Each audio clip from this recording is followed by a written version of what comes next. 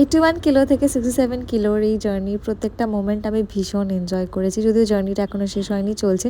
সকালবেলা উঠে আমার প্রথম কাজ হয় ওয়েটটা চেক করে নেওয়া, তারপরে লিউকওয়ার্ম ওয়াটারে কোনোদিন লেবু দিই, কোনোদিন দিই না, খেয়ে তারপর আমি হাঁটতে চলে যাই। 45 মিনিট থেকে 1 ঘন্টা মতো হেঁটে এসে মেডিটেশন করি। মেডিটেশন আমাকে হিল করেছে, আমাকে মোটিভেটেড থাকতে সাহায্য করেছে প্রত্যেকটা মোমেন্টে।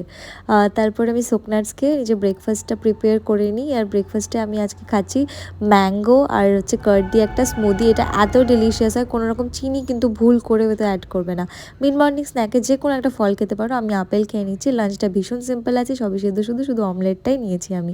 আর ইভিনিং স্ন্যাক্সে আমি খাচ্ছি মাখানা, তার সাথে খাচ্ছি গ্রিন। দুপুরের আমার 1 চামচ মতো ভাত বেঁচে গেছিলো, তো ওটাই আমি রাতে খাচ্ছি। আর তার সাথে খাচ্ছি এখানে ছোলা, ভীষণ কম তেল দিয়ে বানানো ছোলাটা।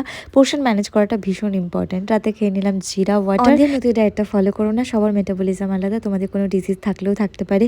অবশ্যই ডাক্তারকে কনসাল্ট করে তার